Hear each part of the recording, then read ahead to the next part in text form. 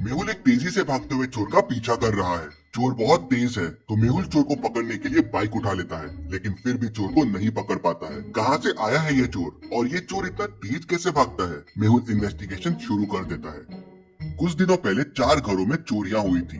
मेहुल वह इन्वेस्टिगेशन करने पहुंच जाता है। सबसे पहले चोरी ये बीच वाले घर में हुई थी, दूसरी चोरी ये वाले घर में हुई थी, और तीसरी चोरी ये वाले घर में हुई थी, और चौथी इस घर में हुई। क्या आप इन घरों को देख के बता सकते हैं आपको कोई चोरी का पैटर्न मिल रहा है क्या?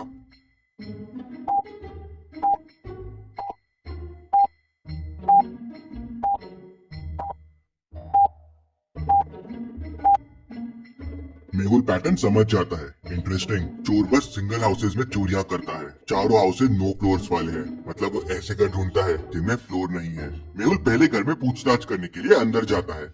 मेहुल घर के ओनर राज से मिलता है।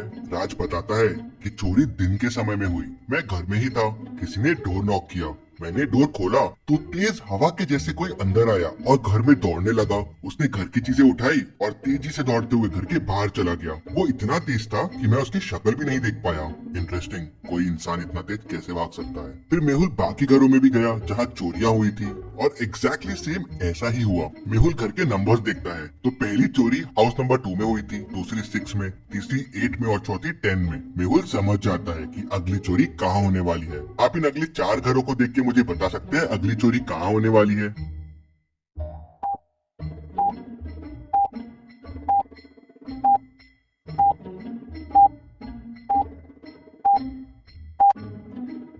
घरों के नंबर इंक्रीजिंग ऑर्डर में बढ़ रहे हैं तो चोरी इन 4 घरों में से ही किसी में होगी। अब चोरी नो फ्लोर वाले घर पे हो रही है और इनमें सिर्फ घर नंबर 18 ही विदाउट फ्लोर है, तो चोर यही चोरी करने आएगा। मेहुल पहले से ही हाउस नंबर 18 में पहुंच जाता है और चोर का इंतजार करने लगता है। शाम होते ही डोरबेल बजती है। मेहुल डोर ओपन करता है तो तेजी से एक आदमी अंदर आता है। फटाफट स्पीड में घर का सामान उठाता है और उतनी ही स्पीड में भागने लगता है। इतनी स्पीड कि मेहुल कुछ देख ही नहीं पाया। मेहुल उसका पीछा करने की कोशिश करता है, बाइक से भी पीछा करता है, लेकिन उसे नहीं पकड़ पाता। कौन है ये? कोई एलियन तो नहीं या कोई जादूगर है ये? मेहुल इस बात का पता करने के लिए भूल भुलैया साइंटिस्ट के पास जाता है। ये साइंटिस्ट अपने तक पहुंचने के लिए भूल भुलैया रास्ते बना देता है। आप देखिए और मुझे बताइए कौन सा रास्ता साइंटिस्ट तक जाता है।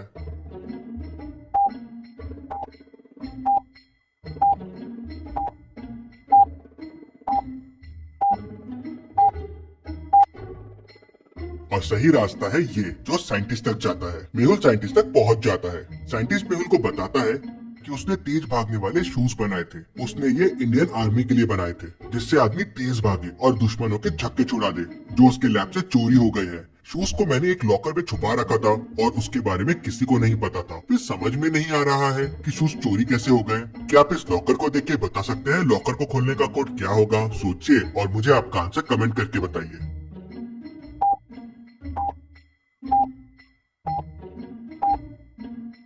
चलिए इसका आंसर देखते हैं। लॉकर के ऊपर एक स्क्वायर है और उसके अंदर एक ट्राइंगल है, तो उसका वैल्यू है 12। मतलब स्क्वायर के 4 कॉर्नर्स और ट्राइंगल के 3 कॉर्नर, तो 4 इंटू 3 हो जाएगा 12। वैसे ही सर्कल के अंदर एक स्क्वायर है, सर्कल के 0 कॉर्नर्स और स्क्वायर के 4 कॉर्नर्स, तो 4 इंटू 0 0। मतलब बाहर और अंदर के नंबर ऑफ कॉर्नर्स का मल्टीप्लीकेशन। तो ट्राइंगल के अंदर एक लाइन है, ट्राइंगल के 3 कॉर्नर और लाइन के 2, तो हो जाएगा 3 इंटू 2 6। कोड 6 से ही तिजोरी का लॉक खोला गया था और चोर शूज लेके भाग गया था।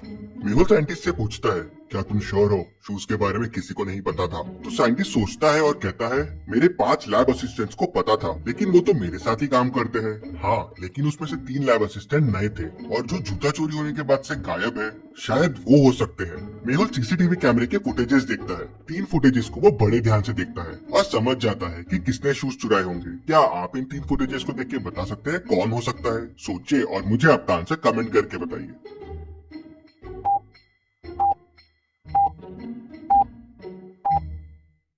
चलिए इसका आंसर देखते हैं। आई पैच वाले असिस्टेंट को ध्यान से देखिए। पहले में राइट आई में पैच है, दूसरे में लेफ्ट में है और तीसरे में वापस राइट में है। मतलब ये बस नाटक कर रहा है। मेहुल उसके बारे में और पता करने के लिए उसके घर पहुंच जाता है, लेकिन मेहुल को घर पे कोई नहीं दिखता। क्या आप इस घर को देख के बता सकते हैं घर पे कोई है या नहीं है?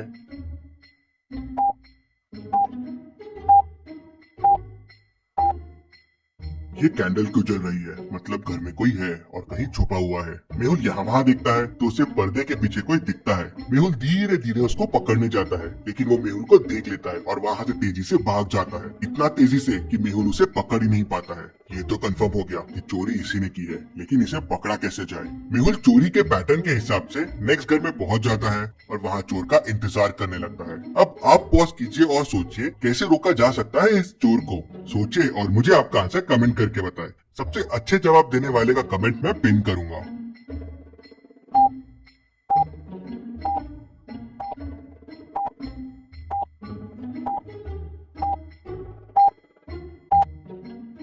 मेहुल ने रास्ते में एक रस्सी बांधी जो पैरों से थोड़ी ऊपर थी और दिख नहीं रही थी। अब जैसे ही चोर आएगा इस रस्सी से गिर जाएगा। डोर बेल बजती है। मेहुल दरवाजा खोलता है तो हमेशा की तरह स्पीड में चोर अंदर आता है और यहाँ वहाँ सामान उठाने लगता है। तभी उसका पैर उस रस्सी से टकराता है और वो गिर जाता है। मेहुल तुरंत जम लगाता है और चोरों के पैरों से शूज निकाल लेता है। शूज खोलते ही चोर की स्पीड चले जाती है और मेहुल उसे पकड़ लेता है और जेल में बंद कर देता है। Detective Mehul rocks. इसी बात पे जल्दी से वीडियो को लाइक कर दीजिए। चलिए अगली पहेली देखते हैं।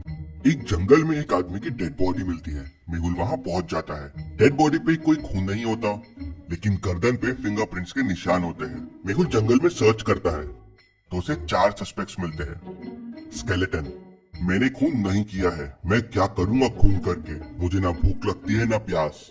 स्केरक्रो कहता है, मेरा काम तो बस क्रो को भगाना है, मैं क्यों करूँगा खून, मैंने नहीं किया है। मम्मी कहती है, मैं इंसानों को परेशान नहीं करती हूँ, बस अपने पिरामिड में ही रहती हूँ, मैंने नहीं किया है। ज़ॉम्बी कहता है, मेरा पेट तो भरा था तो मैं क्यों मर्डर करूँगा, मैंने नहीं किया है। क्या आप चारों की बातें सुन बता सकते हैं मर्डर किसने किया होगा? सोचिए और मुझे आपका आंसर कमेंट करके बताइए।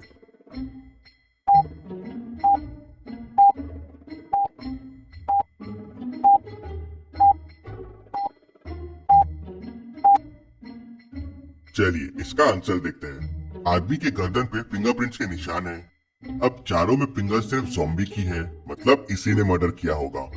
मेहुल उसे पकड़ लेता है। चलिए अगली पहेली देखते हैं। लोकेश का उसके रूम में मर्डर हो जाता है। मर्डर करीब 4 बजे हुआ है।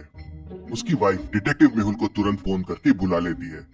मेहुल क्राइम सीन को ध्यान से देखता है, लेकिन उसे वहाँ कोई क्लू नहीं मिलता। फिर मेहुल उसके घर की मेड और कुक से पूछताछ करता है। मेड कहती है, मैं तो करीब 3:30 को सर के रूम में चाय देने गई थी, उसके बाद मैं सर के रूम में नहीं गई। कुक कहती है, सर मैं तो लोकेश सर के रूम में कभी नहीं जाती हूँ, मैं तो डिनर की तैयारी कर रही थी, यही किचन में थी। फिर वाइफ कहती है, मैं करीब 3:45 को लोकेश के रूम में गई थी, वो स्टडी में था और चाय पी रहा था। मैं करीब 3:50 को रूम से बाहर आ गई और फिर सीधा मेरे रूम में चले गई। मेहुल तीनों की बातें सुनता है और तुरंत समझ जाता है कि खूनी कौन है। कैसे? क्या आप सोच के बता सकते हैं खूनी कौन है? सोचिए और मुझे आपका आंसर कमेंट में बताइए।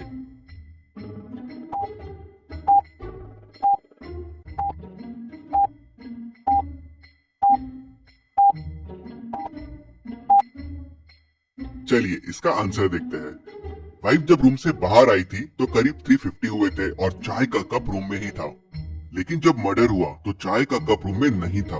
कप रूम से सिर्फ मेड उठा सकती है और वो कप डाइनिंग पे रखा हुआ है, ठीक मेड के पीछे। मतलब मेड जब कप लेने वापस गई होगी करीब 4 बजे, तब उसने लोकेश का खून किया होगा। मेहुल उसे पकड़ लेता है। चलिए अगली पहेली देखते हैं।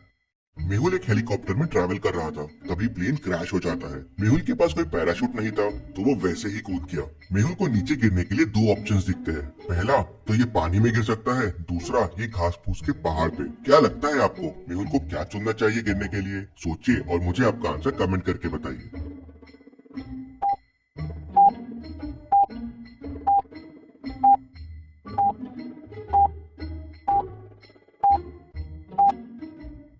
चलिए इसका आंसर देखते हैं। पानी में गिरना बिल्कुल सेफ नहीं रहेगा, इतना ज्यादा इम्पैक्ट आएगा कि मेहुल मर सकता है। घास फूस पे गिरना एकदम सेफ रहेगा, मेहुल गिरेगा और वो दब जाएगा। ऐसी और पहेलियों के लिए डिटेक्टिव मेहुल चैनल को सब्सक्राइब कर लीजिए। Thank you.